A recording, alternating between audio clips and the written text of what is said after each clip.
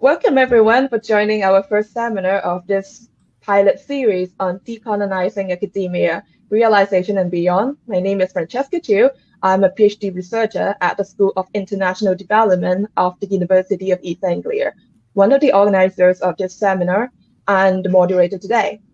In this seminar series, we would like to focus on what decolonization entails in academia, as well as the role of academics in challenging colonial structures that have formed the foundations of the modern world.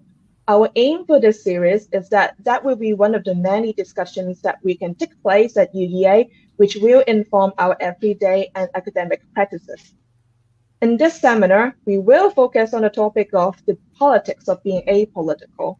We chose being apolitical as the first topic to discuss in the context of decolonizing academia, because we, the organizers of this seminar series, see that while certain political issues tend to gain more exposure and are more widely debated at universities, others that make global news headlines, such as the protests in Hong Kong this and last year, or the lockdown in Kashmir, or the mass detention of Uyghurs in China, are less discussed.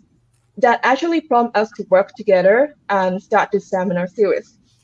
Joining us today, Ms. Yuen Chan, a senior lecturer of the Department of Journalism from City, University of London, and our very own Professor Anshuman Mondal of the School of Literature, Drama and Creative Writing to discuss this topic.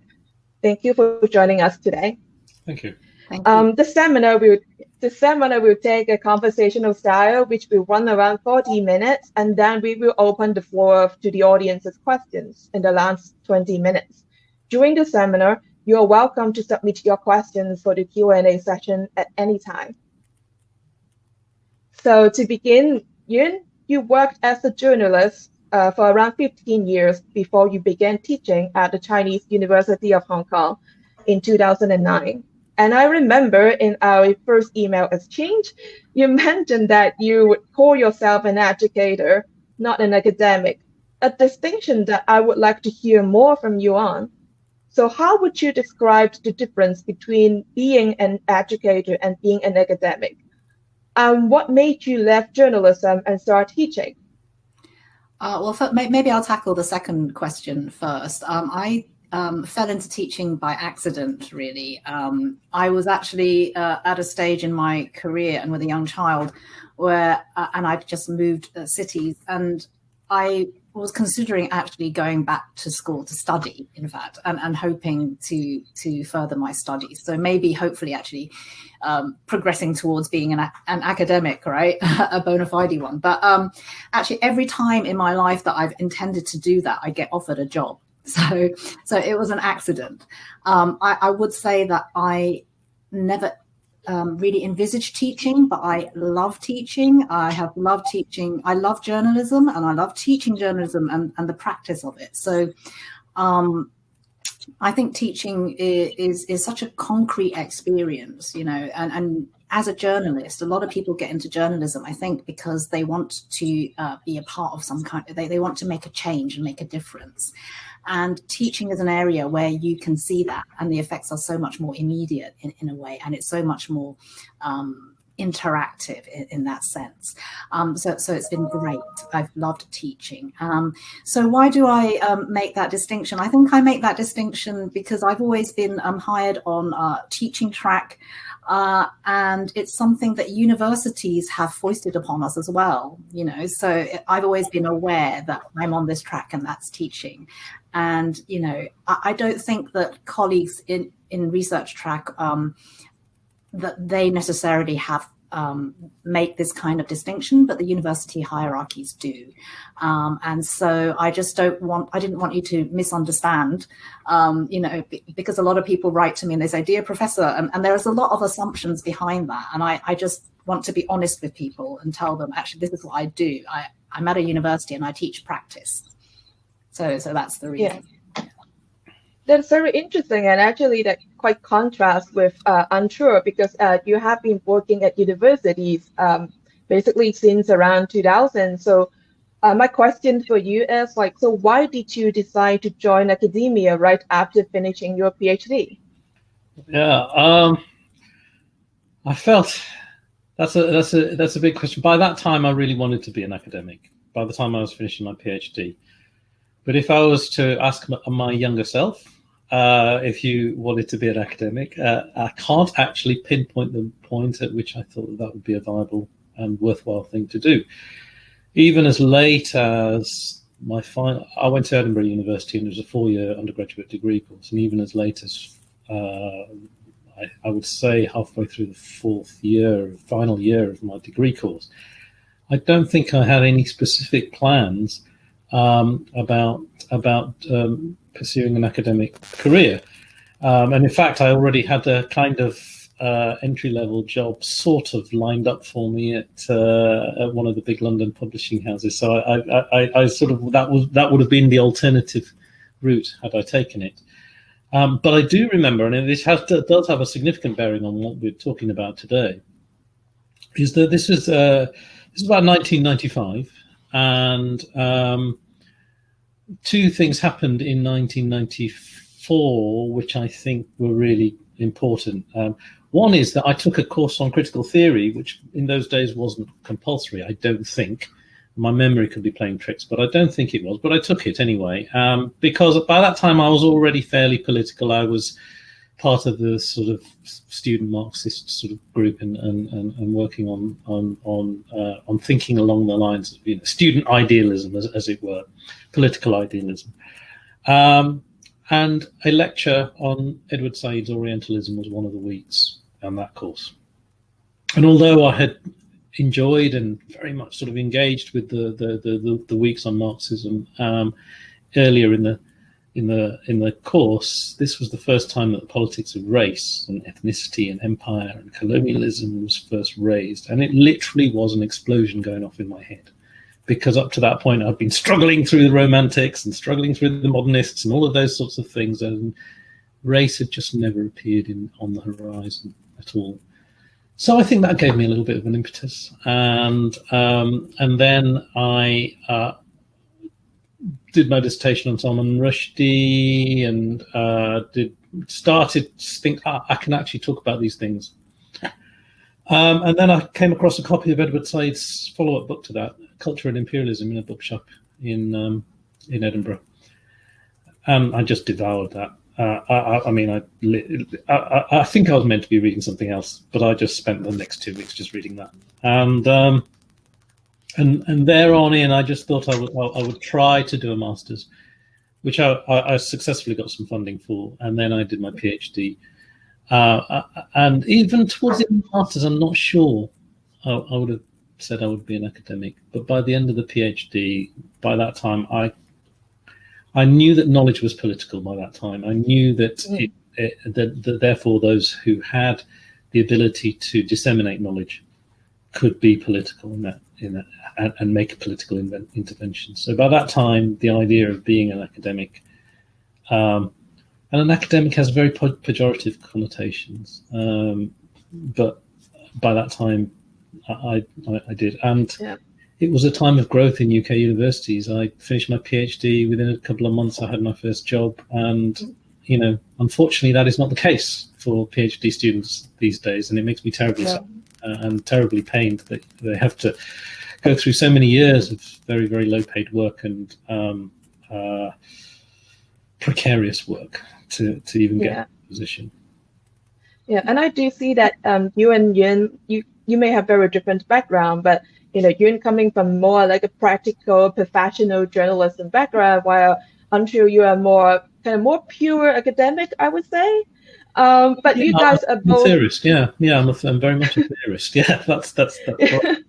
Yeah. But I would say you guys are also like very active in voicing your different opinions on current affairs. Yuen maybe mostly on Hong Kong politics as well as politics in China, and I'm sure you are more on racism and representation. So I think the next questions that I would like to ask is, how would you define politics, and how would you describe your involvement in politics? And Yuen, would you like to start first?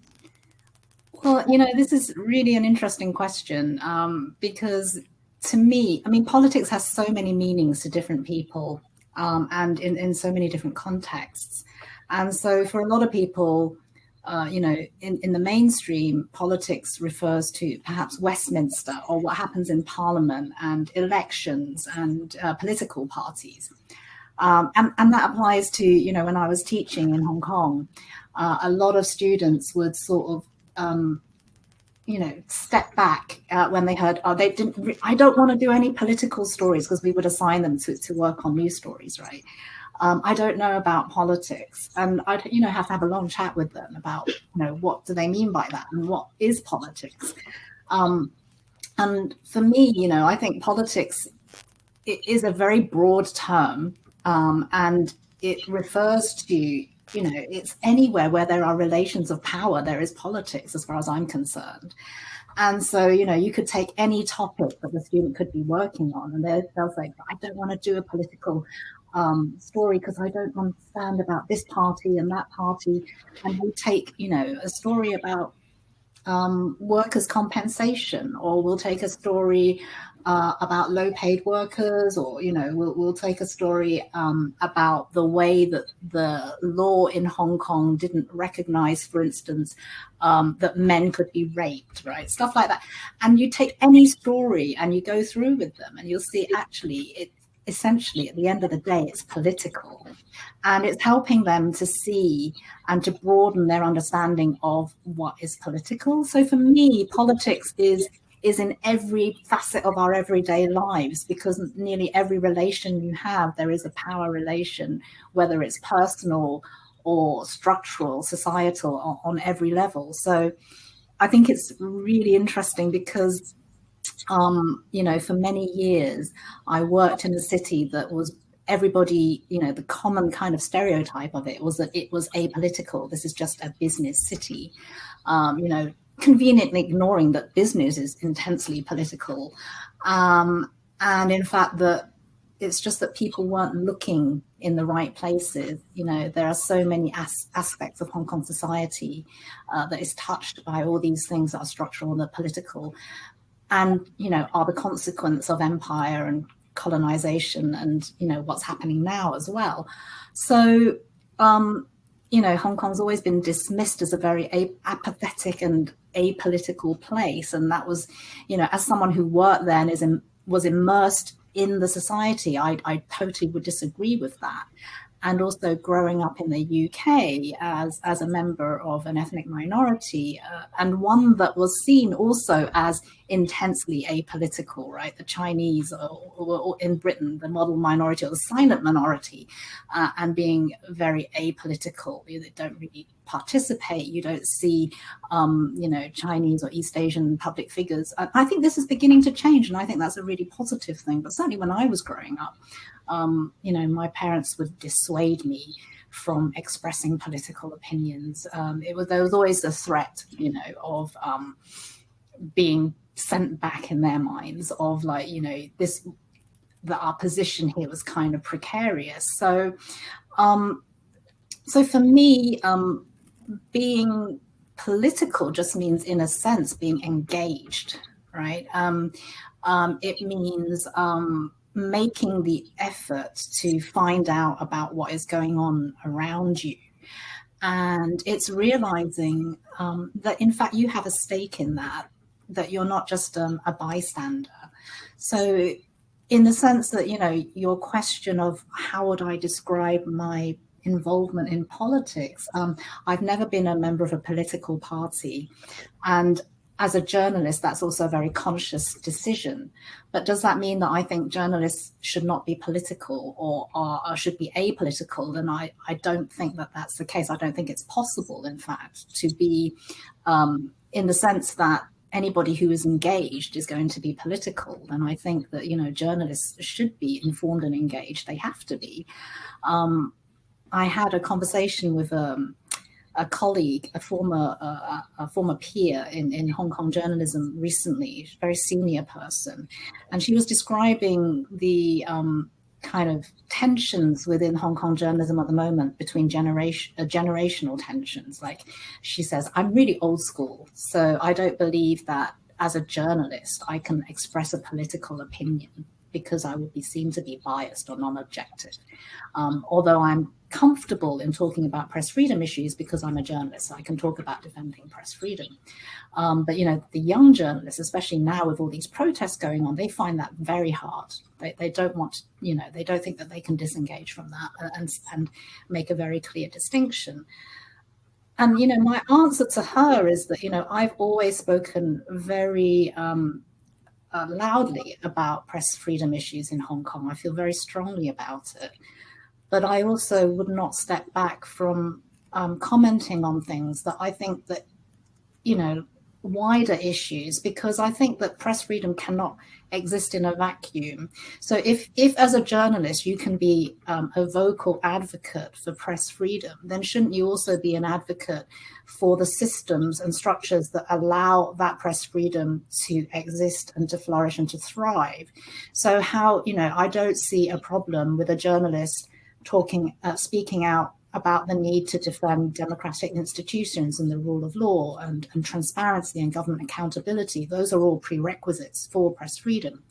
So I think that the whole debate about whether journalists can be political and without losing, this idea that, I have very mixed feelings about it. I don't think that, I think objectivity is kind of a holy grail, and people misunderstand what it means in journalism anyway. But sorry, this is a very long-winded way of talking about what I think politics is and where I think I fit into that. You talked about involvement in politics. So yes, no, I don't participate in any partisan politics, but I have views. I'm not afraid to express them up to a point. And and I've been involved in various sort of social movement support in Hong Kong. Yeah, and what do you think, Anshu? Much of what Yuen said, I would echo. For me, politics is everywhere.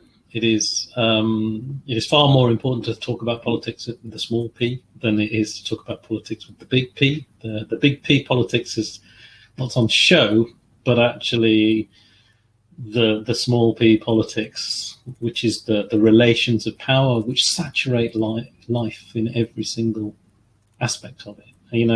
From the dynamics in your home, between the people in your household, through to your neighborhood, your neighbors, the street, all the way up through to larger scales of social and communal life.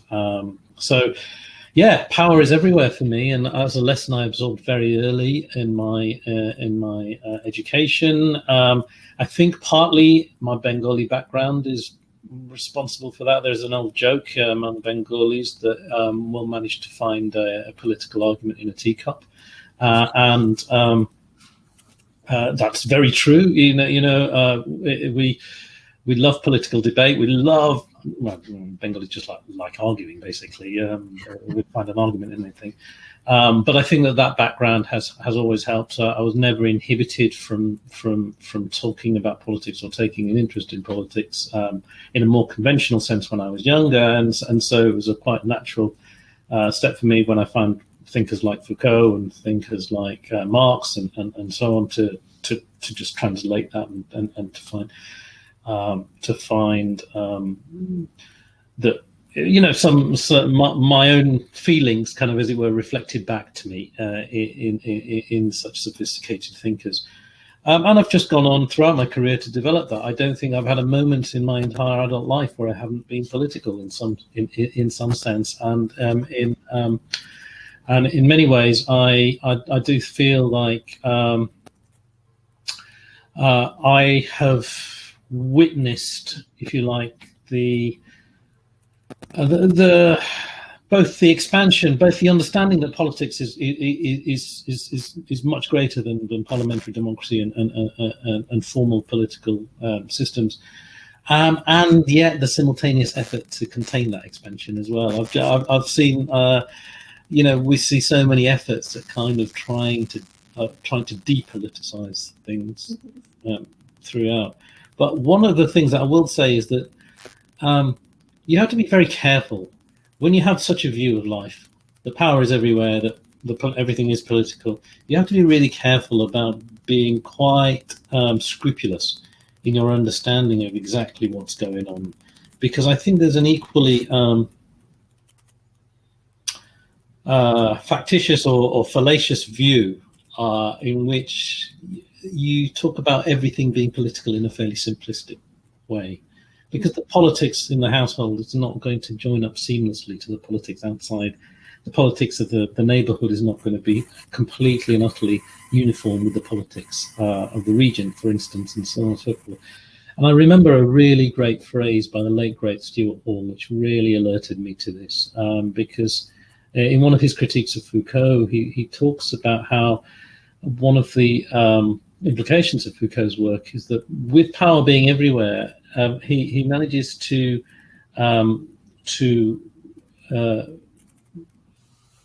show how everything is political, but because he never kind of, as it were, quite places the ways in which power accumulates in certain areas and doesn't accumulate in others, or in other people or institutions and so on, groups, he doesn't allow himself a politics.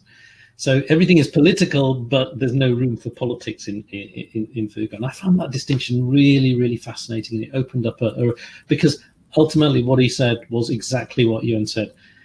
Politics depends on relations of force, and it's the relation of force. Some people having some more power than other people that is where politics lies for me. And I've never forgotten that lesson. He's one of the great. Talking about being an educator, he's one of the great educators of my life. And I reread him periodically every year of my life. Really, I go back to some of his essays, and I don't think he's quite held in the same esteem as some of the other great thinkers. But for me, Stuart Hall is my intellectual hero in some ways. Yeah, and that actually fits in very well what we are talking, because we are talking about how certain issues tend to be apoliticalized or depoliticalized, while not really getting much attention or debate. And I think one of the issues that we see nowadays is, like, some people would say, like, being apolitical is a choice that they prefer to make. And I think the question is whether it still makes sense in a world like this, that we see, we're in the middle of BLM, and we have all other like protest movements, and whether being apolitical should still be a choice or make any sense in this way. So I would like to ask about, so what do you think about being apolitical, and why do people would adopt this kind of stance when confronted with current affairs? Well, it is a choice, but it's a political choice that they've made to be apolitical. I don't know if you've been following, but 2 days ago, the Minister for Equalities, Women and Equalities, made a point that teaching white privilege as a political fact was illegal because schools need to be impartial, and I presume by impartial means neutral and so on. And this is a species of this movement towards depoliticization that I talked about before. And it's a particularly sophisticated species of this, because it's that move towards objectivity, neutrality, impartiality. These are all very nice sounding words. They sound so good, don't they? Because they try to say, oh, I'm not taking sides. I'm not sort of taking sides of one over the other, but just being impartial.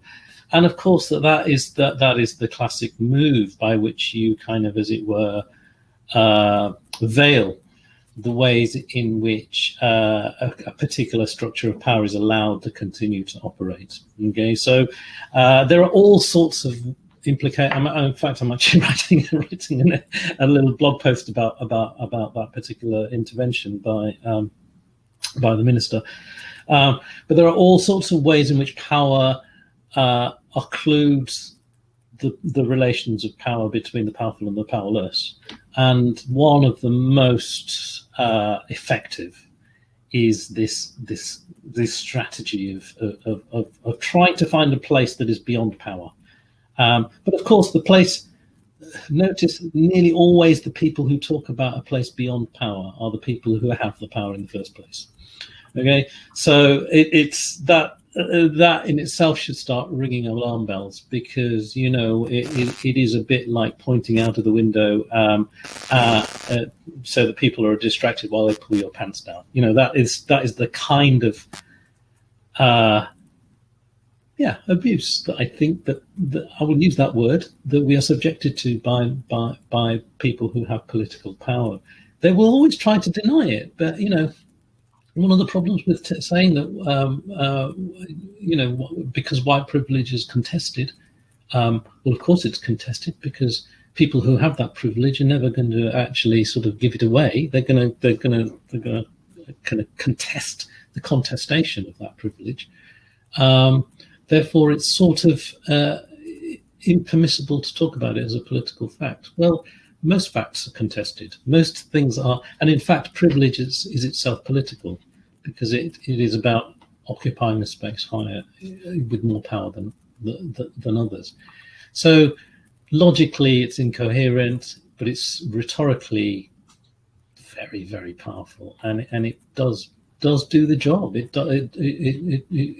pulls the sting out of any political challenge towards the structure of power that we have.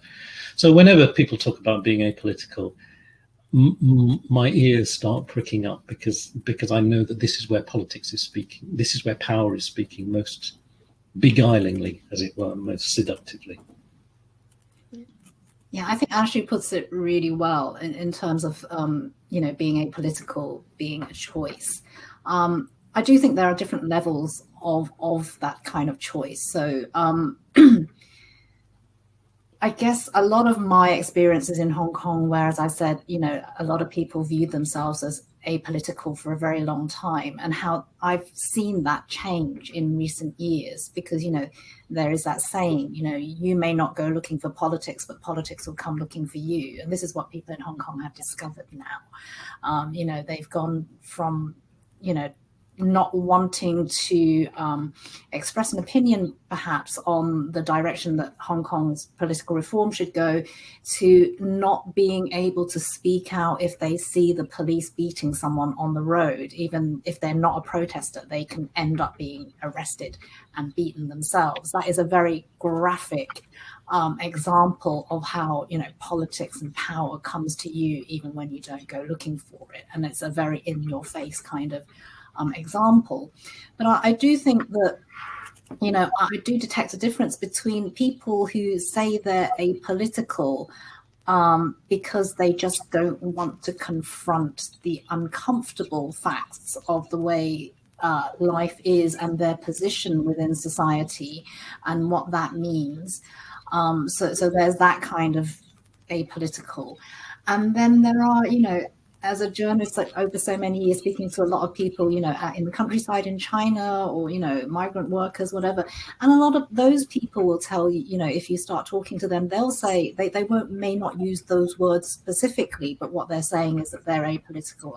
And that's a different thing that's going on there. It's because they don't feel they have the right or the capacity to be political, to speak out on such things. And that's sort of another kind of, I guess maybe it's not right to call it apolitical, but that's how they feel, because they don't feel, because they're disenfranchised. And, you know, so I do see a difference between that kind of apoliticism and, you know, those educated middle-class people who say, I'm apolitical, I don't want a part of this. And I think, you know, what I think is the greatest kind of example of people claiming apoliticalness in the society that we're familiar with today is parents' WhatsApp groups. I don't know, I'm sure, I know you have a child, so I don't know if you've noticed this, right? But parents' WhatsApp groups are such a great microcosm, because in fact, as you just mentioned, the example of schools and education and curricula, what could be more political than that? But anytime you start mentioning anything that even questions any of that, immediately you get closed down in these WhatsApp groups, and it's like, oh, we're just here to talk about the kids' well-being at school, and these kind of arrangements for lunch or whatever. And my husband, during this pandemic, when they were discussing reopening the school, going back to school, just talking about things like, should kids be wearing masks in the classroom? Should the windows be open for ventilation? Like really practical things. But people didn't want to discuss that. This is a group that's not for talking about politics. And you see how politics has been turned into a dirty word. And people feel that they can be pure and free of politics. So we can talk about things like, how are we going to show our expression of thanks to the teachers for all that they're doing during this difficult time, right? So we can talk about buying bottles of wine for them, but we can't talk about how can we better protect them so that they don't get the virus, because that is political, because obviously the government has certain guidance, and if you question that, then that becomes political, right? And it's a way of discouraging people from having any kind of intelligent discourse about things that affect them and affect their communities. And so I think, it's like what Anshu said, it's the way that power shuts people down from questioning them, even when it's permeated down to the level of parents in WhatsApp groups. I think that's you raised some really great points there. Again, going back to that point I made before about thinking very carefully about how power works differentially in different contexts and so on. And yeah, if for some people being apolitical is a protective gesture, sort of not talking about politics is a defensive move in order not to attract the attentions of those in power. It could be because of fear, a climate of fear. It could be a climate of repression or oppression. So those things are really, really important. But it's also the ways in which politics is actually a means of our feelings, our deepest feelings are kind of involved in politics, political emotions. And I think that there's very, very much of that kind of WhatsApp stuff is to do with the discomfort that people have with their emotional investments in certain structures of power that they may not be willing to acknowledge or, in fact, actively try to repress. And so when we talk about white privilege, when we talk about decolonization, when we talk about race, we talk about things that actually call attention to people's willingness to look the other way and to in order to keep their self-image intact as not being racist, as being fair-minded, as being liberal, etc., etc. So you got a kind of ego ideal clashing with reality, and when people bring that reality into the room and say, "What about this?" and in many ways, that's exactly what happened with the Black Lives Matter protests. Reality came crashing into this kind of simulacrum of politics in a way that hadn't happened for a very long time. It's, at least until since the Me Too movement happened a couple of years before that. And what I had a really strange conversation with a grandfather actually of a boy at our school. We'd taken him to cricket training. It was just after lockdown had been eased a little bit and so on. It was in the summer, and I knew he was a football supporter, and I'm a football supporter of different teams, but I made a little joke about it. And he's just going on about how he couldn't watch football anymore because of all the, this taking a knee and all that sort of stuff. And I said, well, most of these players are black, so what they're saying is, what they're expressing is their own humanity. They're expressing their own right to human rights, which they can quite clearly see as being kind of abrogated by police violence and so on and so forth. And these are gestures of solidarity. What's wrong with saying that? We got into this big argument, and I said, well, would you have boycotted South Africa during apartheid and so on? And he said, yeah, well, that was South Africa. And I said, what's so you see all the various ways in which there's a deflection going on, constantly a deflection going on to try and preserve this ideal space where you can keep up your image of fairness, and you can keep up your all the illusions that we are told to believe in, so that the current structure of injustice can continue to perpetuate itself. And then you get these moments which shatter those illusions, and it makes people very uncomfortable, really uncomfortable. And there's that you're being divisive if you bring things up, right? So that you're being divisive, you're being confrontational, and if you happen to be a person of color and you're doing that, then that is compounded because you have a chip on your shoulder, clearly. And you kind of get fed up with being the confrontational, difficult person. And so you're sort of tempted to just let it go, right? Yeah. That phrase in itself is wonderful, isn't it? Chip on your shoulder. Yeah. I mean, but racism is all about knowing your place. That's ultimately, if I was to try and teach kids, young kids, as I tried to teach my own children, what racism is about putting people in their place.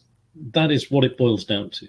And if your place happens to be lower than the place that your behavior suggests you believe you should be in, then that is where the chip comes onto your shoulder. And it comes in with class as well. When working class people start talking, politically, they've got this chip on their shoulder, this unanimous chip, which sort of all of us who have in some ways been disprivileged by some aspect of our political positioning, which we share, and that is just a means of putting us in our place, back in our place. Shut up, put up with it. That's exactly what it's doing. Yeah, I totally share what Yuen said, because I feel like sometimes if I'm being the confrontational ethnic minority woman, I would be labeled as someone like, oh, she doesn't understand our culture. She comes from an other culture that maybe that is okay for her to do it that way, but in our culture that is rude, or you shouldn't raise, or you shouldn't question. And that actually bring to the next questions that I would like to ask, which is about having debate or different discussions in universities. So we are having, we see that there are a lot of different debates being going on at universities on different political issues, such as, but we do see that certain issues, for example, Brexit, would, as opposed to other social unrest or violence in, for example, in former UK colonies such as Hong Kong and Kashmir. Do you think that that is a matter of geographic proximity, that certain topics would be more get more exposure or gain more attraction than others, or may there be other factors at play? Do you want to go with that, Yuen, first, or? Well, I think proximity is an issue. People will tend to discuss the things that they're most familiar with, and that tends to be the things immediately around them. You would think that universities, being places where there are people from all over the world, both in terms of faculty and students, and in the subjects that are researched and studied, would make it a little bit different from society at large, in the sense that there is a lot more that should be able to discuss, and that you have the expertise and experience to discuss. But often people organizing events, and I'm sure you're aware of this, is that you do worry about who's going to turn up, who's going to be interested, and to a large extent that is about how relevant is this to people's lives. So if the reason is that those topics aren't discussed, is to a certain extent people don't feel that it's relevant to the population that they are targeted towards. And I think that is a bit short-sighted, because as you pointed out, a lot of the violence or the issues and problems that are arising in these far-flung places, in places people sometimes still refer to as the Far East and the Orient. People don't feel that it has anything to do with them, and so sometimes, like Hong Kong, because the Conservative Party actually is offering a route to citizenship for British national overseas, right? And then suddenly it's an issue because it does have relevance, right? Because then you see Nick Griffin and people tweeting about, this government said no to immigration, now it's letting all these Chinese people come here. And suddenly that has relevance and proximity. That's not so much to do with universities, but in terms of how it seeps back into the discourse. But then you don't really see the discussion of how that is, in a sense, just righting a historical wrong, or what was the context for that. I mean, the fact that these people are called British nationals overseas, it's got the word British in it, actually, how did that come about? And often there isn't that discussion about the context and the history and why things are the way they are, and Britain's role in that. In getting to where we are. And I don't know. I mean, I guess Anshu probably may have a better idea about this because he's been in UK universities for much longer than I have. So you would have more insight as to why these issues don't get debated as much. Yeah, I mean, I agree with most of what you say, but I would also add that, proximity is itself structured. The idea of proximity is itself structured, and it's structured by not just geographical spatial perspective, but relations of power. So, for instance, there is, in a way, because China is, a key player now, especially for post-Brexit Britain, the kind of questions about China give Hong Kong a little bit of visibility in a way that maybe, for instance, questions about Kashmir don't. Likewise, questions about Palestine and Israel have resonances among communities here in a way that Kashmir possibly doesn't. And the reasons for that will be deep and complex, but we need to understand that there are reasons for it, and that kind of framing of the world through a particular lens or perspective is really what kind of enables the people at university, because universities are the sum of the people at university, really. And what is interesting, I think, in your question is why, given that universities are so international, those international voices and perspectives are not given more prominence in the campus space, and so on. And that goes back to all sorts of reasons about what international students are and represent and can be on a university campus, and for turning it around the other way, what they feel they can be, and they'll bring all sorts of baggage with that as well. The sheer gratitude perhaps of just being allowed to be here, because getting a visa to come here is really, really hard, and is made as obstructive as possible by the British government. The opportunity to be here to learn very well resourced and relatively speaking institutions and so on, and wanting to make the most of that time and all of those stuff. So there's all sorts of reasons why that might be the case, but the fact is that those reasons are also set alongside the ways in which the reasons why other people, non-international students on campus, may have their issues and voices concerned much more prominently. So those two things need to be set against each other. And this is where, again, going back to the decolonisation issue, we have to recognise the politics of this situation. And the fact is that those of us who campaign for decolonisation, I would suspect we have a larger group of people supporting us on campus who are not racialized minorities than ever before. That's my sense of it. That's my feeling of it, having been in the university sector for 20 years, like you say. I've never seen a moment like this before. But at the same time, I think sometimes we might be at risk of overlooking the sheer inertia of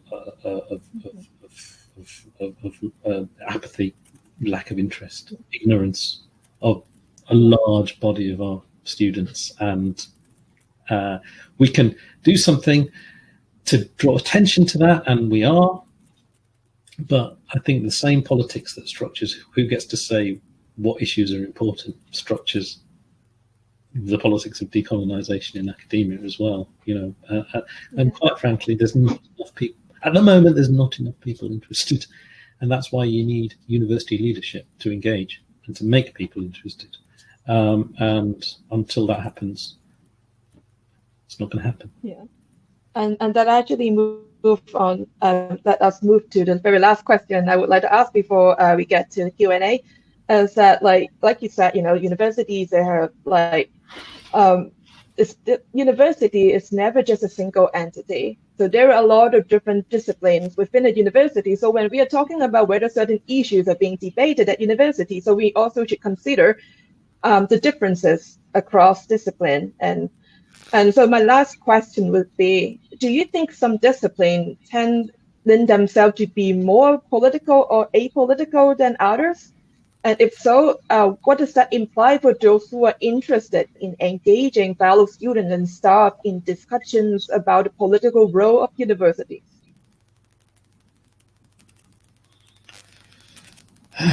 Yeah, I'll be very blunt about it, because I think other people are. There are some disciplines who do not feel, who have the illusion of objectivity, an aura of objectivity, of universal knowledge, put it that way. And, these can range from mathematics to chemistry to, most of the science disciplines, but also some of the social science disciplines, which often adopt a kind of scientific register. And then there are lots of people in the humanities as well who are more aware of the ways in which their knowledge is much more provisional and partial and so on, but still nevertheless are unable to kind of comprehend the methodologies by which that knowledge has been produced. For instance, in my field, secular literary criticism, the notion of a text being like a kind of human production in a materially determined social context and so on. Okay, that's very difficult to grasp if you have a completely different understanding of the reality of the world. For instance, if yours is a non-secular vision of the world in which textuality is itself a kind of element of the fabric by which maybe a divine power constructs the reality. These are very, very different languages to kind of mediate through.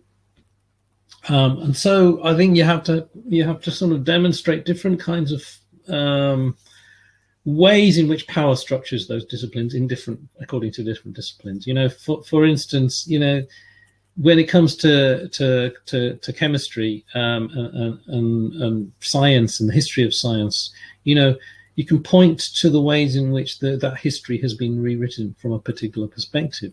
When you can point to the ways in which the scientists often kind of evacuate the power struggles that go on in terms of their methodological processes. Come on, peer review involves a whole series of power struggles, right? And we kind of rationalize that as a negotiation as a rational negotiation between the peer reviewer and the author. But let's think about that for a second. If you're a junior author, if you're an early career author, certainly this happened in my case. Are you really able to question the authority of a peer reviewer? So how does that shape what counts as scientific knowledge? How does power structure the laboratory? Who has the power to run the laboratory? Who holds the money, the purse strings for the laboratory? And who is doing the grunt work? the basic dog's body work? What is the distribution racially, ethnically, and in gendered terms, and so on? All of those questions are part of what decolonizing means. And you cannot sort of, as it were, hide behind, well, mathematics is a universal language, or and so on and so forth, because really, ultimately, the knowledge is tied to the institutional structure, which in turn is tied to the social structure, and that is why no discipline can be kind of put to one side of, in my view, anyway. But every discipline needs to be treated slightly differently in that respect, because those histories are very, very different as well. No, I think that's a really eloquent and well put summary of the fact that all academic activity, institutional behavior, and knowledge production, have political aspects to them. So it permeates all of that. That's definitely true. But I think in a way the pandemic has also been a really great mirror, in the sense that a lot of it's shown us how a lot of disciplines that people might have thought were less political are intensely political. Public health is so political. The way we talk about clinical trials and all of that, now we can see the politics of that. It's more out in the open than it's ever been for people from without those disciplines and from without academia to see. So I think that the pandemic has been a really good opportunity to see how politics works through different disciplines, including scientific disciplines, I think. Yeah, that's a really good point. And incidentally, where was the furore about the proposal to test COVID vaccines on people from Africa? This is colonial medicine paradigms just totally replayed again. This is like, they're guinea pigs. They're underlying that premise of they're not quite human, but slightly lesser humans, and therefore a bit more expendable. Although anybody in the third world, there's so many of them. Come on, let's just etc. So all of this is rooted in colonial mindsets, and the very fact that was allowed to be voiced, I was like, what? Well, you want to test this on people in populations in an African country, on what grounds? But who said that? It was the president of France. The president of France. It's not some sort of maverick scientist or racial thinker saying that. It is one of the heads of state of Europe. Really, really. I mean, it boggles the mind. But there you go. That's the level at which, how deep it's still set. Yeah, and I think that really summarized our discussion very well today about politics being political, apolitical, about discussion about power structure, about being uncomfortable and being able to just do something else outside of our existing situation. And so now I would like to move on to Q&A. I'm sorry that we have to shorten it, but I would like to put the first question from Melissa Harker. There may be a question that is more related to Yuen. So the question is, how far is journalism the first rough draft of history? And therefore, how far is history and the teaching of history a political act? Journalism and the first draft of history. How far is it the first draft? Well, that in a way, that is becoming less relevant, because the first draft of history is often a live stream or a tweet, and often by people who are not even, journalists as such, right? So, I mean, journalism itself is changed and is changing even as we speak beyond recognition. So what we understand to be journalism is changing. The first rough draft, I think in a sense, it might have been true at some point, right? In the sense that there were people documenting what was happening. And then much later, people would collate these reports, and access them when they're researching to write more considered histories. I do think that technology has changed that to a huge extent. And I don't think we even now know what the full extent of the fallout of that is going to be, because it's an unfolding situation. Sorry, what was the second half of that? The second half is how far is history and the teaching of history a political act? Well, the histories are political, right? Who writes the histories? Whose histories are they writing? And who are they writing them for, right? I mean, all those questions come into when we talk about history, and therefore when the teaching of history, you know, Anshu mentioned earlier about school curriculum. You know, how do we decide what goes into the history curriculum in British schools? It's intensely political, and that's, you know, central to the whole question and the problematic that we're talking about, which is about decolonizing, right? So to what extent is the teaching of history political? History itself is political, and the teaching of history is political. 100%. 100%. You know, there is not one single aspect of historical practice that is not. And really interesting point that you made about the ways in which the mediation of reality in real time is changing so dramatically. And I wonder, I'm not a historian, but I wonder to what extent historians are actually kind of adapting to that. Because the process by which Yuen talked about the ways in which, you know, historians later on might collate all of this sort of material, they'd go to the, you know, I can still remember the pre-analog days. I can still remember the old reading room of the British Library, the old beautiful vaulted one, you know, the one where Marx and everybody sat and did their old Das Kapital and all that sort of stuff. And you know, there would be no computer in sight in those days, apart from maybe the odd catalogue in the corner. And the microfiche. And the microfiche, yeah, exactly. And now, where is all this information? It's all over. It's dispersed all over the place. So it would be really interesting to hear from a historian about how they're responding to that particularly.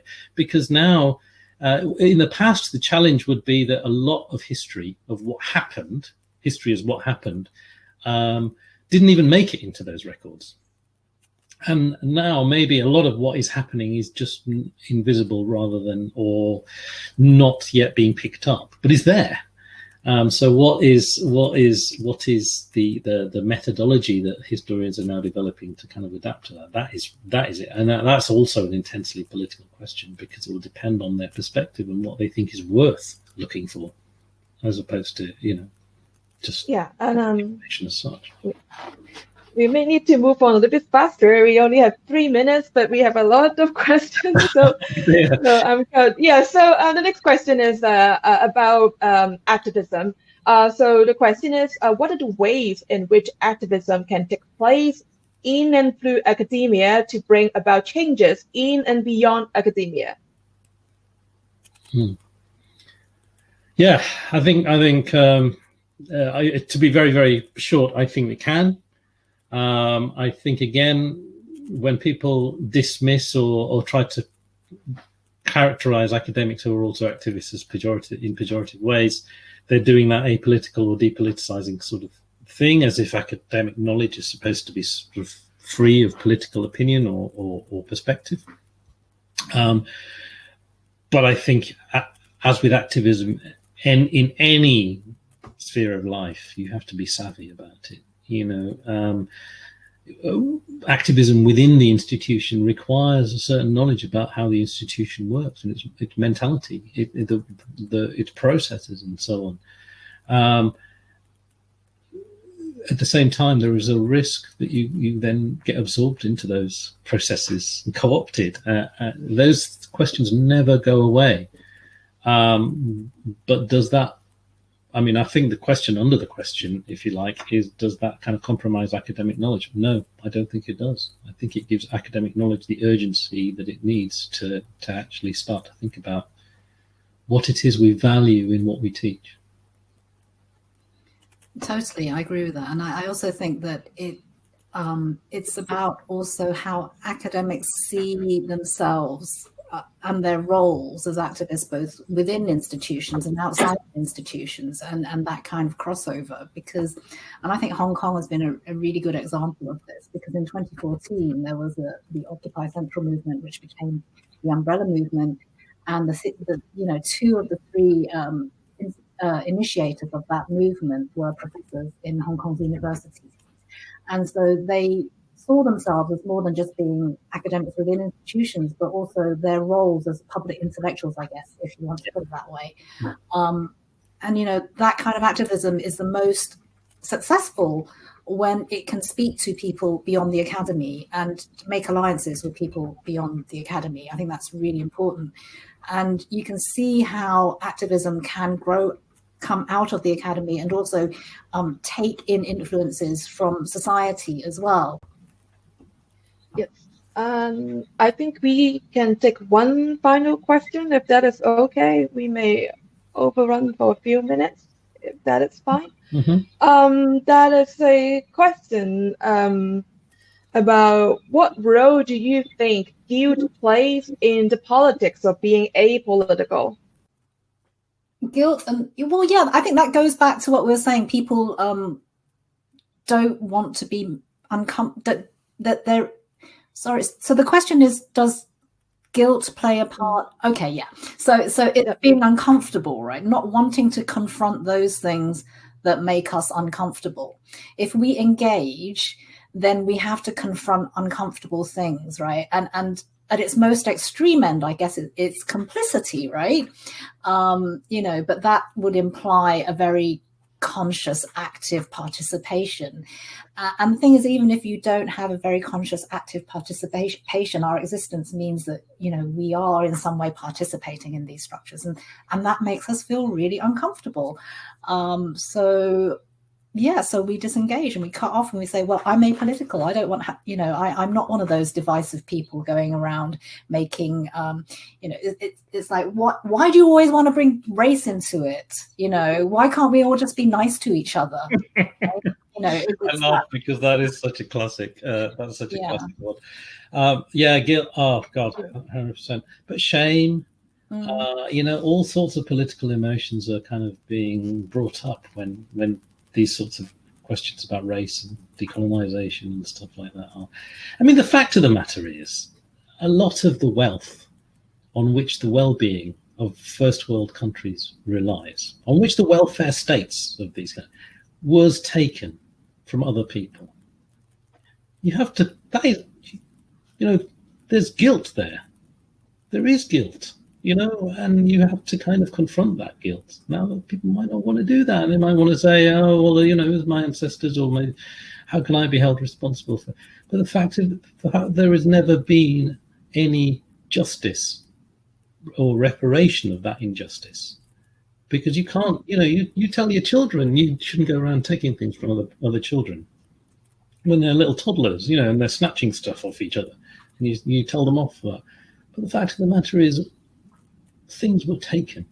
So much was taken. Lives were taken. And nobody has ever stood up and really sort of said, I really don't get this reticence about apologizing as well. I mean, the least you can do is just say sorry.